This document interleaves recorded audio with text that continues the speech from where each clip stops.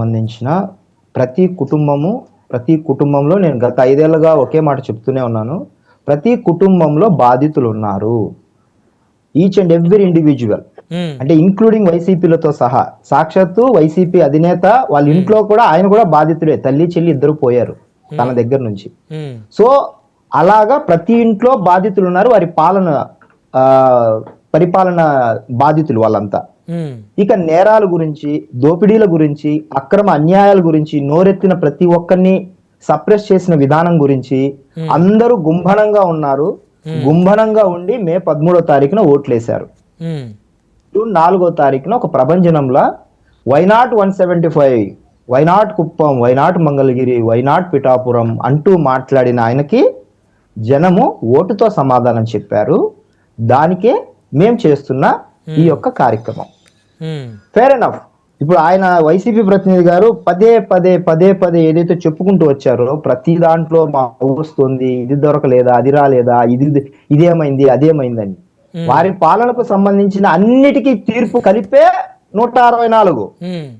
మీరు ఇందాకటి నుంచి ఏదైతే మొత్తుకొని, ఏదైతే బాధపడి, ఏదైతే పాపం చెప్పలేక, ఏదైతే ప్రతిసారి నవ్వుకుంటా, అదేదో సినిమాలు ఆ ఒక్కటి అడుగులో బ్రహ్మానందం సావు కబురు పెళ్లి కబురు ఒకేలాగా చెప్తూ ఉంటాడు కదా నవ్వుతూ. అందుకు ఆయనకు టీవీలో ఉద్యోగం పోతుంది కదా అన్నట్టు ఈయన నవ్వుతా ఉంటాడు అన్నిటికీ. ప్రతిదానికి నవ్వే ఆయనకు. దేనికి నవ్వాలనో దేనికి బాధపడాలనో కూడా తెలియదు ఆయన వైసీపీ.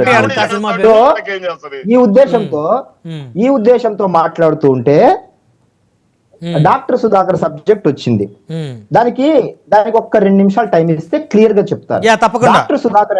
డాక్టర్ సుధాకర్ అనే ఆయన ఒక 30 ఏళ్ళ సర్వీస్ కలిగిన నర్సీపట్నం ఏజెన్సీ ప్రాంతంలో ఒక మత్తు డాక్టర్. ఆయన చాలా అనుభవమైన డాక్టరు. ఆయన దళితుడు అనే మాట ఎప్పుడు బయటకు వచ్చింది? ఆయనను సస్పెండ్ చేసిన తర్వాత మరుసటి రోజు అనేది బయటికి తెచ్చింది కూడా ఆయన ఆ కోణంలో మాట్లాడకూడదు యాక్చువల్ గా. బికాజ్ దళితులు కాదు, ఇంకొకరు కాదు, ఎవరికైనా అన్యాయమే. ఆ కోణంలో ఆయన మాట్లాడింది ఏంటి? N95 మాస్కులు మేము హాస్పిటల్లో ఎవరు పేషెంట్, ఎవరికి కోవిడ్ ఉందో తెలియదు, మాకు N95 మాస్కులు అడగాలంటే వారం రోజుల పాటు వాడుకోండి, సంతకం పెట్టాలి అని ఆయన ఆవేదనతో, బాధతో మేము చచ్చిపోతాము మాకు ఇవ్వకపోతే ఎలాగని ఒక ఆవేదనతో మాట్లాడిన డాక్టర్ ఆలోచనని ఎలా తీసుకోవాలి ప్రభుత్వము? చాలా పాజిటివ్ గా తీసుకోవాలి. అయ్యో డాక్టర్లు ఇంత సప్రెస్ అవుతున్నారా, ఇంత బాధపడుతున్నారా, ఇంత ఇబ్బంది పడుతున్నారా, డోంట్ వరీ వీఆర్ దేర్ అని ఒక ధైర్యాన్ని ఓకే గవర్నమెంట్ అగైనెస్ట్ గా మాట్లాడాడు. ఆయన బాధను అర్థం చేసుకోవాలి. సార్ ఇంకోసారి ఇలా మాట్లాడకుండా చూడండి పబ్లిక్ లో అని ఒక మంచి ఆలోచనతో ఆయనకు తీసుకెళ్లి చెప్పాల్సి ఉండాల్సింది.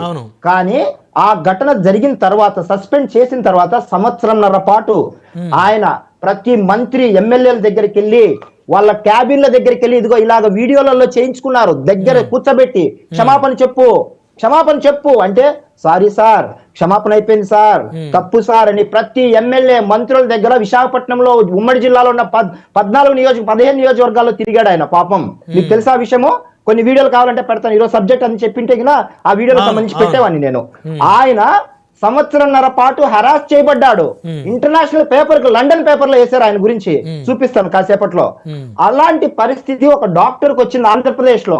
ఆయన డాక్టర్ గా ఒక చరిత్రలో నిలబడిపోతారు. ఈ కేసు ఒక కేస్ స్టడీలా ఉండిపోతుంది, వైసీపీకి సంబంధించిన ఆయన కేస్ స్టడీ. తర్వాత 1.5 పాటు ఆయన మానసికంగా బాధపడితే అప్పుడు ఒక రోజు రోడ్డు లేకొచ్చి ఒక ఇన్సిడెంట్ మీద ఒక మనిషిని మానసికంగా 1 నెల 2 నెలలు సప్రెస్ చేసి హింసిస్తేనే బాధపడతాడు. అట్లాంటి 1.5 పాటు ఆయన హరాస్ చేస్తే ఒక రోజు ఇక్కడే మా వైజాగ్ దగ్గర, మా ఇంటికి దగ్గరలోని తాడ్చెట్లపాలెం జంక్షన్ కి వచ్చి ఆయన బాధపడి, ఆఫ్ కోర్స్ ఆయన డ్రింక్ చేస్తున్నాడు, ఆయన బాధపడి తాగిన వ్యక్తి ఎలా ప్రవర్తిస్తాడో అలా ప్రవర్తించాడు. ఓకే, అది తప్పే. ఇందాక అన్నాడు న్యూసెన్స్ అని, న్యూసెన్స్ కేసు పెట్టచ్చు. న్యూసెన్స్ కేసు కాళ్ళు చేతులు విరిచి కట్టేసి రోడ్డు మీద వదిలేసి హక్కు ఎవరిచ్చారనేది మనం అడుగుతున్నాం. ఓకే, అది కూడా ఓకే చేద్దాం. కానీ ఆయన తర్వాత మరణానికి కారకులు ఎవరు? ఆయన ఉద్యోగానికి పోగొట్టిన వల్ల కదా ఆయనకు మరణం జరిగింది. ఆయన ఉద్యోగం కోల్పోవడం వల్ల, మానసికంగా హింసించబడ్డం వల్ల కదా ఆయన గుండెపోటు తెచ్చుకొని అకారణంగా చనిపోయాడు. లేకపోతే ఆ సర్వీస్ లో ఉండాల్సిన డాక్టర్, ఇంకా 5 ఏళ్ళు సర్వీస్ లో ఉండాల్సిన డాక్టర్ చనిపోవాల్సిన అవసరం ఏముంది? కేవలం వీళ్ళ వల్ల కదా అది. ఇవన్నీ సప్రెస్ చేయబడిన గొంతులకు జవాబే 164. అది ఈ రోజుకు తెలుసుకోలే వీళ్ళు. ఈ రోజు కూడా తెలుసుకోకుండా ఇంకా బదనాం చేసేలాగా ప్రభుత్వాన్ని మేము వాళ్ళలాగా ఏమీ మాట్లాడట్లేదే, వాళ్ళలాగా మేమేమి రెచ్చిపోవట్లేదే. తప్పు జరిగిందంటే we admit it, definitely we admit it. మేము రెక్టిఫై చేసుకుంటాం, మేము క్షమాపణ చెప్తాము. మా ఉప ముఖ్యమంత్రి గారు తప్పు జరిగితే క్షమాపణ చెప్పడానికి కూడా సిద్ధంగా ఉన్నారు, క్షమాపణ చెప్పిస్తున్నారు కూడా. There we are. డిఫరెన్స్ అనేది గవర్నమెంట్ కు ఎంత తేడా ఇప్పుడు ఆ రెండు అంశాలు కంపేర్ చేసి చెప్పండి. తెనాల్లో జరిగిన ఆ ఇన్సిడెంట్ ఏదైతే 3 యువకుల మీద పోలీసులు లాఠీ చార్జ్, సుధాకర్ గారి ఇష్యూ రెండు కంపేర్ చేసి 1 minute చెప్పండి వివేక్ గారు. చెప్తాను. ఇప్పుడు తెనాలి ఇన్సిడెంట్ అఫ్ కోర్స్ వాళ్ళు తప్పు చేసిన వ్యక్తులు అండ్ వాళ్ళు ఒక గంజాయికి అలవాటు పడిన వ్యక్తులు, పోలీసును కొట్టడం జరిగిందనేది పోలీసుల వాదన. వాళ్ళ మీద ఆల్రెడీ రౌడీ షీట్లు ఉన్నాయి. డెఫినెట్లీ అలాంటి వాళ్ళకు నేను 2 కోణాలు చెప్తున్నాను. ఇప్పుడు చట్ట పరిధిలో పోలీసులకు కొట్టే రైట్ లేదు, బికాస్ కోర్టులు ఉన్నాయి వాటికి. ఎవరికి వారు చట్టాన్ని చేతిలోకి తీసుకుంటే డెఫినెట్లీ పోలీసులు కూడా దాని మీద విచారణ చేస్తున్నారు. శాఖాపరమైన చర్యలు తీసుకుంటామని ఇప్పటికే ఎస్పీ గారు నివేదికలో చెప్పడం జరిగింది. రెండో కోణం పబ్లిక్ పాయింట్ ఆఫ్ వ్యూలో చెప్తున్నాను. డెఫినెట్లీ రౌడీ షీటర్లకు, మర్డరర్స్ కు, లేకపోతే రేప్ చేసే వ్యక్తులకు ఇలాంటి బహిరంగ శిక్షలు అవసరమే అనేది పబ్లిక్ పాయింట్ ఆఫ్ వ్యూ. కానీ రెండింటిని మనం బేరీజ్ చేసుకోవాలంటే ప్రభుత్వ పరంగానే దాన్ని మాట్లాడాల్సి వస్తుంది. కాబట్టి మేము ప్రభుత్వ పరంగానే మాట్లాడుతున్నాం కాబట్టి చట్ట ప్రకారమే వెళ్తాము. ఒకవేళ అలాంటి చట్టాన్ని చేతుల్లోకి తీసుకునే వ్యక్తులకి డెఫినెట్ గా ఇలాంటి పొరపాట్లు, ఇలాంటి తప్పులు జరగకుండా ఇంకోసారి చూసుకోవాలనేది కూడా మేము అడ్మిట్ చేస్తున్నాము.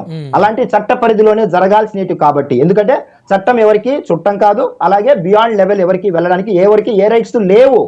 ఆ విషయాన్ని మేము 2 కోణాల్లో చెప్తున్నాను. సో ఈ 2 కోణాలని సుధాకర్ గారికి ఎలా ముడిపెడతాం? డాక్టర్ గారికి ఆయన సప్రెస్ చేయబడ్డారు, ఆయన మానసికంగా చంపేశారు, చివరిగా ఆయన గుండెపోటుకు అకాల మరణం చెందారు. ఈ 2 కేసుని ఎలా చూస్తాం మనము? వైసీపీకి మాకు తేడా లేదా? ఈ 2 కోణాలు ఎలా చెప్తున్నాం? మేము క్లియర్ గా ఎక్స్ప్లెయిన్ చేసి చెప్తున్నాము. రైట్. ఇకపోతే నారా లోకేష్ గారు